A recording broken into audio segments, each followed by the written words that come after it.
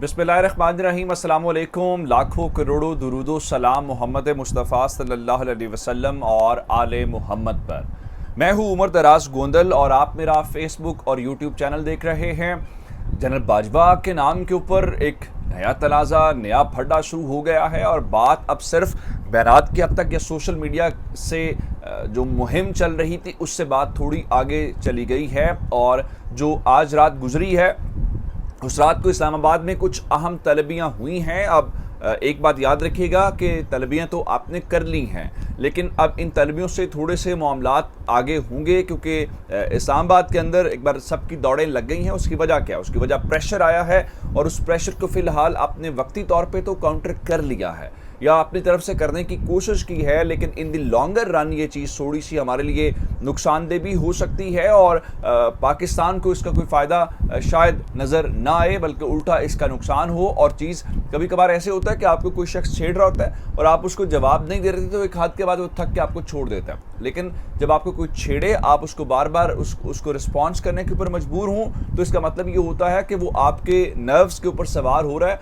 और वो बार बार वो काम करेगा, क्योंकि उसको आपने इस बात का एहसास दिला दिया है कि वो जो मकसद अचीव करना चाह रहा है वो उसके अंदर कामयाब है और आप उस बारे में थोड़े से परेशान हैं। अब कुछ ऐसे ही मामलात आप जानते हैं कि कैनेडियन पार्लियामेंट के अंदर हुए हैं, जहां पे उन्होंने पाकिस्तान के आर्मी चीफ के मुतालिक बात की है और एक ऐसा टूर जो हो नहीं सका था, कैंसिल हो गया था, वहां $50,000 की बात की गई थी कि वो क्या टैक्स पेयर की मनी से जो पैसे निकाले गए थे क्या मुनासिब था। और इस बारे में उनके एक मुशीर ने, जो दिफाई उमूर को देखते हैं, उन्होंने इस चीज़ को गैर मुनासिब कहा था और वो जनरल बाजवा का दौरा था, जिसके बाद पाकिस्तान के अंदर सोशल मीडिया के ऊपर लोगों ने ये पूछा कि आप इस बारे में अब उस रुकने पार्लियामेंट के ऊपर मुकदमा कब दर्ज करेंगे, उसको गिरफ्तार कब करेंगे, या फिर लोगों ने कहा कि चलें और कुछ नहीं तो कम से कम एहतजाज तो कर लें।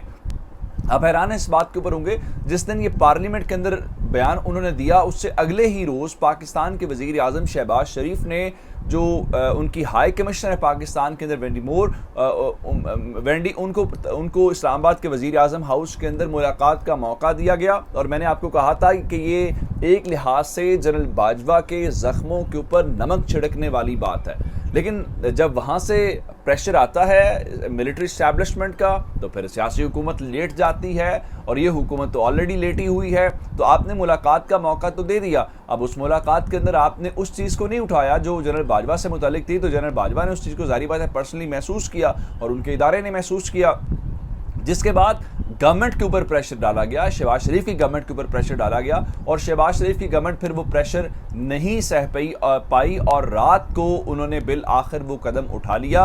और पाकिस्तान के दफ्तर ख़ारजा ने इस बात की तस्दीक की है, आसिम इफ्तिखार साहब ने, कि रात को पाकिस्तान ने जो कनाडा की पाकिस्तान के अंदर हाई कमिश्नर हैं उनको तलब किया है और उनकी तलबी से हवाले से बताया गया है कि उनको तलब करके उनसे ये पूछा गया है कि आखिर इस बयान का मकसद क्या है, और उसके बाद पाकिस्तान ने उनसे शदीद एहतजाज भी रिकॉर्ड कराया है। अब सवाल ये पैदा होता है कि शदीद एहतजाज तो आपने रिकॉर्ड करवा दिया, क्या वो रुकने पार्लियामेंट अपना बयान वापस लेगा? अगर उन्होंने दोबारा से बात की तो आप उसको कैसे रोकेंगे?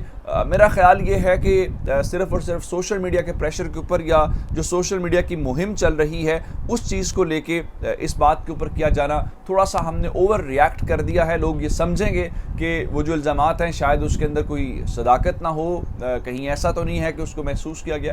तो लेकिन बहरहाल पाकिस्तान ने रात को कनाडा की जो हाई कमिश्नर पाकिस्तान के अंदर खातून हैं उनको तलब करके अपना एहतजाज रिकॉर्ड करा दिया। ज़ाहिर बात है ये गवर्नमेंट ने नहीं करवाया। अब मैं ये बात इसलिए कर रहा हूँ कि गवर्नमेंट ने करवाना होता तो शहबाज शरीफ ने, जो उनकी हाई कमिश्नर के साथ उससे अगले दिन मुलाकात की थी, वो मुलाकात मनसूख की जा सकती थी या उस मुलाकात के अंदर ही पैगाम दिया जा सकता था। हुकूमत का मेरा ख्याल ऐसा कोई मूड नहीं था। हुकूमत ने कहा ठीक है, कौन सा हमारे बारे में बात है। वो जब वहाँ से फ़ौज से ज़रा रद्द-ए-अमल आया है और फ़ौज ने ज़रा दबाव डाला है, तो उसके बाद शहबाज शरीफ हुकूमत, आपने किसी पब्लिक फोरम के ऊपर देखा हो کہ کسی وزیر نے، کسی مشیر نے، کسی رکن پارلیمنٹ نے جنرل باجوہ کو ڈیفینڈ کیا ہو، یا کم از کم یہ کہا ہو کہ وہاں کے رکن پارلیمنٹ نے جو کہا ہے وہ غلط کہا ہے، اور ہم اس معاملے کو کینیڈا کی ہائر اتھارٹیز کے ساتھ اٹھائیں گے، یا ہم اس بات کے اوپر غصے میں ہیں، یا ہم اس کے اوپر غور کر رہے ہیں، قطعاً نہیں کہا. کیونکہ نون لیگ کی پالیسی یہ ہے کہ ٹھیک ہے، اگر فوج کے اوپر کوئی تنقید کر رہا ہے یا کچھ بھی کر رہا ہے تو ہمیں اس بارے میں کوئی کرنے کی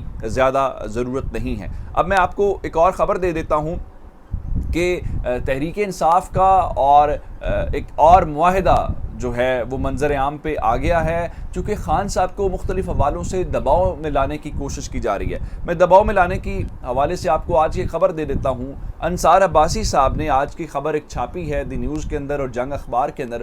وہ خبر یہ ہے کہ جلد انتخابات کے حوالے سے حکومت، عمران خان اور اسٹیبلشمنٹ کا موقف، جس کے اندر یہ وضاحت دینے کی کوشش کی گئی ہے کہ جو لوگ یہ سوچ رہے ہیں کہ بجٹ کی منظوری کے بعد اور IMF کی ڈیل کے بعد ملٹری اسٹیبلشمنٹ جو ہے وہ اس حکومت کے اوپر دباؤ ڈالے گی اور ملٹری اسٹیبلشمنٹ کے اوپر دباؤ ڈال کے عمران خان جو ہیں وہ الیکشنز لے لیں گے، الیکشنز کی تاریخ کا ممکنہ اعلان ہو جائے گا.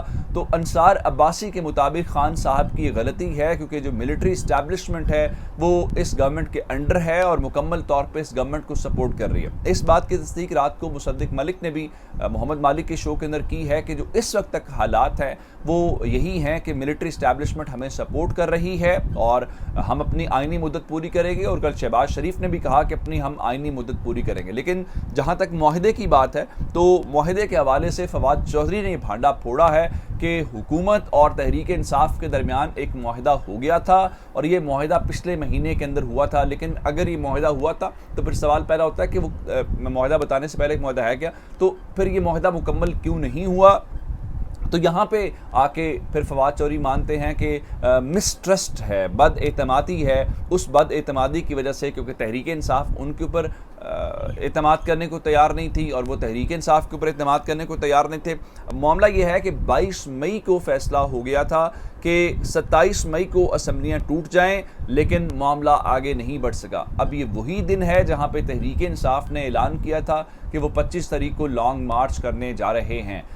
اس کا مطلب یہ ہے کہ پہلے نون لیگ نے معاہدہ کیا، ان کی کوشش ہوگی کہ لانگ مارچ کو روکیں، لیکن اس کے بعد وہ معاہدے سے پیچھے ہٹ گئے یا مکر گئے. یہ اس سے بالکل ایک الگ بات ہے. اب ذرا ایک اور خبر سنیے کہ سب لوگ جانتے ہیں اس حکومت نے سپریم کورٹ کے سامنے، اٹارنی جنرل نے خود بتایا کہ عمران خان کی زندگی کو خطرہ ہے، یہ کورٹ کے سامنے. لیکن آج انٹیریئر منسٹر رانا ثناءاللہ یہ کہہ رہے تھے کہ جناب دیکھیں عمران خان کی جان کو خطرے کو کوئی اطلاع نہیں ہے اور ان کی وہی سیکیورٹی ہے جو وزیر اعظم کی ہوتی ہے. اب حکومت کچھ اور دعوے کر رہی ہے اور تحریک انصاف کہہ رہی ہے کہ حتیٰ کہ مریم نواز کی سیکیورٹی بھی عمران خان سے زیادہ ہے، تو آپ وزیر اعظم والی سیکیورٹی دینے کی بات کریں. اب رہی بات اس بات کی کہ جناب عمران خان کی جان کو کوئی خطرہ نہیں ہے، تو رانا ثناءاللہ کو ایسی سٹیٹمنٹس نہیں دینی چاہیے. اس کی وجہ یہ ہے کہ کوئی گڑبڑ ہو گئی، خدا نخواستہ کوئی غلط کوشش بھی ہو گئی تو رانا ثناءاللہ منہ چھپاتے پھریں گے اور اس سوال کا جواب نہیں دے پائیں گے کہ آپ اس وقت کیسے کہہ رہے تھے کہ خان صاحب کی زندگی کو خطرہ نہیں ہے، اب کیسے گڑبڑ ہو گئی ہے.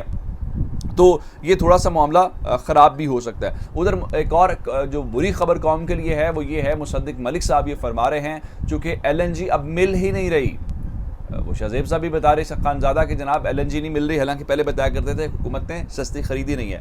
تو وہ کہہ رہے ہیں جی اگلے مہینے یعنی جولائی کے اندر عوام بجلی اور یعنی سردیوں میں گیس کے بحران کے لیے تیار ہو جائے، جس کا مطلب یہ ہے کہ جو آئندہ آنے والا مہینہ ہے اس مہینے کے اندر پاکستان کے اندر مزید بحران آنے والا ہے. اور اب اس وقت مہنگی قیمتوں کے اوپر بھی کوئی سپلائر دستیاب نہیں ہے.